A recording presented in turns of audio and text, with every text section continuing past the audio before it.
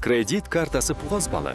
Bu siz o'ylagandek oddiy karta emas. Kredit kartasi deganda ko'pchilik uni oddiy plastik karta deb o'ylaydi. Aslida esa kredit kartasi uning bu bank sizga vaqtincha beradigan qarz vositasidir. Kredit kartasi orqali siz hozir pulingiz bo'lmasa ham bank mablag'idan foydalanishingiz mumkin.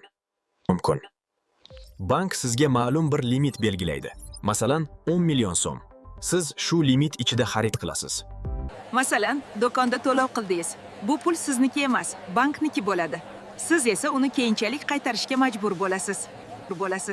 Aksariyat kredit kartalarda imtiyozli davr bo'ladi. Agar belgilangan muddatda qarzni yopib bersangiz, foiz to'lamaysiz. Agar to'lovni kechiktirsangiz, foizlar qo'shiladi. Qarzingiz esa kundan kunga oshib boradi. Kredit kartasi favqulodda holatlarda, katta xaridlarda va onlayn to'lovlarda juda qulay bo'ladi. Ammo nazoratsiz ishlatilsa, kredit kartasi moliyaviy muammolarga olib kelishi mumkin. Ortig'icha xarid qilish eng katta xatodir. Agar kredit kartani umuman ishlatmasangiz, bu shuni anglatadiki, sizda na bankka, na boshqa birovga hech qanday qarz yo'q. Ammo siz kredit kartani ishlatgan zahotingiz u bank mablag'iga aylanadi.